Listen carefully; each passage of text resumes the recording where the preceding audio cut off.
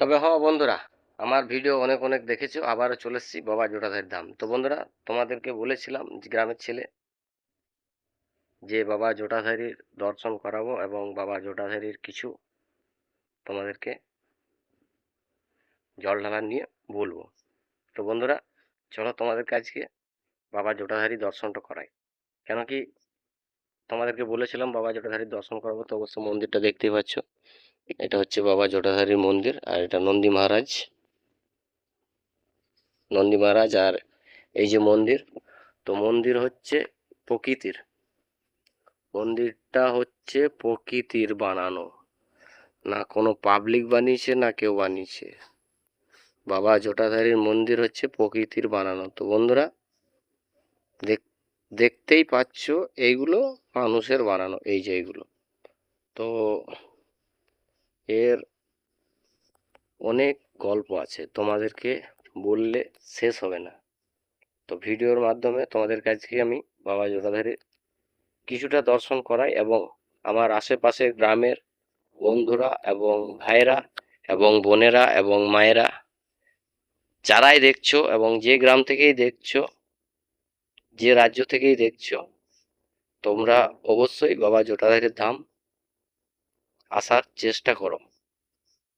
যদি না এসেছো তো একবার এসে দেখো, তোমাদের মনে যেটা কামনা থাকবে সেটাই পূর্ণ হবে। তোমাদেরকে দর্শন করাই। তোমরা দেখেছো অনেক অনেক মন্দির, এরকম মন্দির কেউ দেখায়নি তোমাদের হবে। ভারতের একটা মন্দির হবে, সেটা আমাদের দুধাপানি মৌজার মধ্যে। আর ওই যে বাবা দেখতে পাচ্ছ বসে আছে, ওই যে বাবা। তো বন্ধুরা, এটা হচ্ছে বাবার মন্দির, অবশ্য দেখতে পাচ্ছ। এই যে এইটা হচ্ছে বাবা জোড়াধারী মন্দির, আর এগুলা হচ্ছে প্রকৃতির মন্দির। তো বন্ধুরা, এই মন্দিরটা শুধু একটা গাছ দিয়ে বানায় না। এই মন্দিরটা যেভাবে প্রকৃতির তৈরি এবং মানুষের লাইফে, অবশ্য এই মন্দিরে যে গাছগুলো আছে মানুষের লাইফে, জীবনে কখনো একবার কাজে লাগে। অবশ্য জীবনের লাইফে একবার তো কাজে লাগতেই হবে। সেই গাছের নিচে বাবা বিরাজ করছে, বাবা জটাধারী। তো বন্ধুরা, তোমরা অবশ্যই আসতে পারো, এবং শ্রাবণ মাস আসছে, জল ঢালতে তোমরা অবশ্যই জল চাড়াতে আসতে পারো বাবা জটাধারী।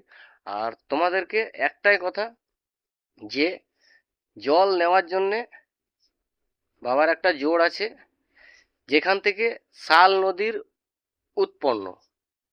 তোমরা অবশ্যই শাল নদীকে চেনো এবং জানো, যে দুবরাজপুর পেরিয়ে, হেতমপুর পেরিয়ে গোপালপুর ঢোকার আগে একটা যে নদী গিয়েছে, সেটা হচ্ছে শাল নদী। তার উৎপন্ন হয়েছে এই যে বাবা জটাধারীর যেটা জোড় আছে, সেখান থেকেই উৎপন্ন হয়েছে। তো বন্ধুরা, তোমাদেরকে অবশ্য ওখান থেকে জল নেওয়া যায়, এবং তোমরা জল বাবা জটাধারীকে চাড়াতে পারো। তো তোমরা অবশ্য লাস্ট পর্যন্ত ভিডিও দেখে যেও, এবং তোমরা পাশে থাকো, সাথে থাকো। তোমাদেরকে অবশ্যই কিভাবে কি করতে হয় সব কিছু ভিডিওর মাধ্যমে তোমাদেরকে আমি বলে জানাতে চাই।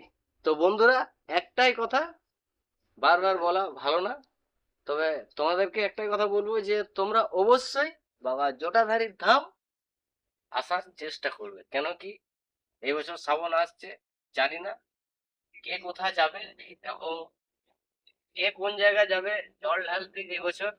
আর আমাদের সামনেই আছে, বেশি দূর না, 80-90 কিলোমিটার দূর হবে বাবা দেওঘর ধাম, বাবা নগরী। হর হর মহাদেব।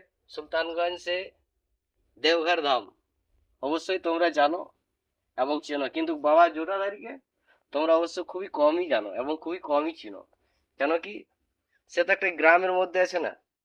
আর মন্দির, ও হায় রে মন্দির, আর একবার যদি এই জায়গা আসো, মন ভরে যাবে, মন ভরে যাবে, জীবনে শান্তি পাবে। একবার এসে দেখো প্রকৃতির মন্দির, এই মন্দির কেউ বানায় না। ভারতে একটা জায়গায় আছে, সেটা হচ্ছে বাবা জটাধারী দুধাপানি মৌজা, জামতাড়া জেলা, নালা বিধানসভা, কুন্ডাইত প্রখণ্ড, খাজুরি গ্রাম, দুধাপানি মৌজা। একই জায়গায় আছে ভারতের একটাই মন্দির, সেটা হচ্ছে বাবা জোড়াধারী। তো বন্ধুরা, তোমরা যে রাজ্য থেকেই দেখছো এবং যে গ্রাম থেকেই দেখছো, ভিডিওটা লাস্ট পর্যন্ত দেখে যেও এবং 2-4টে শেয়ার করে দিও, 1-2 কমেন্ট করো। আর তোমরা যদি না এসেছো, অবশ্যই আসতে পারো। তোমরা ভিডিওর মাধ্যমে তোমাদের অনেক কিছু আরো জানিয়ে দেবো। তো বন্ধুরা, আজ পর্যন্ত গরিব ভাইটার আর কিছু বলার নেই, আর তোমাদেরকে দর্শন করে দিলাম, ঠিক আছে। আসছি আবার নেক্সট ব্লগ নিয়ে, তার করতে লাইফটা তোমার এনজয় করো। আর চাইলে তোমরাও এক আধটো ব্লগিং বানাতে পারো এবং ভিডিও বানাতে পারো। এখন সোশ্যাল মিডিয়ার যুগ, এখন ডিজিটাল দুনিয়া। বন্ধুরা, তোমাদেরকে একটাই কথা বলবো, সোশ্যাল মিডিয়া ডিজিটাল দুনিয়া। এখন তোমাদেরকে কি আর বলবো, ফোন ফোন ফোন হ্যায় তো মুমকিন হ্যায়। তো বন্ধুরা, আর কিছু বেশি